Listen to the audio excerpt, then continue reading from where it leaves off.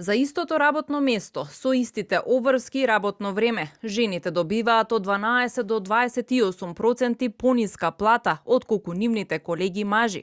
А дури и да побараат покачување на платата, помалку веројатно е дека ќе го добијат отколку мажите. Со вакво темпо, ни во наредниот половина век нема да достигнеме рамноправност помеѓу двата пола на работните места во државава, потенцираат експертите на денешната дискусија за родова еднаквост во Стопанската комора. Недостасува правен механизам кој што рамноправноста ја прави правило, не исклучок. Земите кои што ја применуваат Gender Balance on Board имплементираат квоти. Што значи тоа?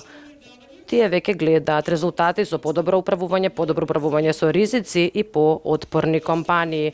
Податоците покажуваат дека со родово рамноправно раководство во компаниите, економскиот раст и ефикасност се поголеми, посочуваат од Европската инвестициска банка.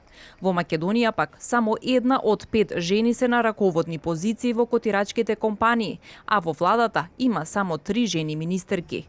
Сепак, како земја кандидат за ЕУ, Македонија ќе мора да се потруди повеќе за да создаде исти можности за жените и мажите, бидејќи и тоа е дел од пристапните преговори, подвлече представникот на Европската инвестициска банка во Македонија.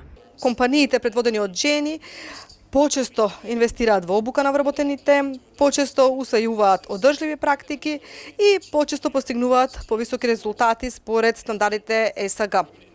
Сепак, жените предприемачи и лидерки и понатаму се соочуваат со бројни пречки во пристапот до финанси, до застапеност и до можности.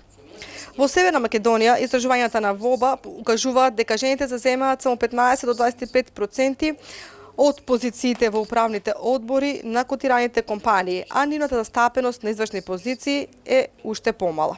Затворање на родовиот јас на работните места би го зголемил БДП-то на Европската Унија за 10% во рок од 5 години, велат експертите. Европската Унија донеси нова директива за жените во управни одбори, преку која се залага да ја промени структурата на котирачките компании до јуни наредната година, каде 40% од управните директори би биле жени.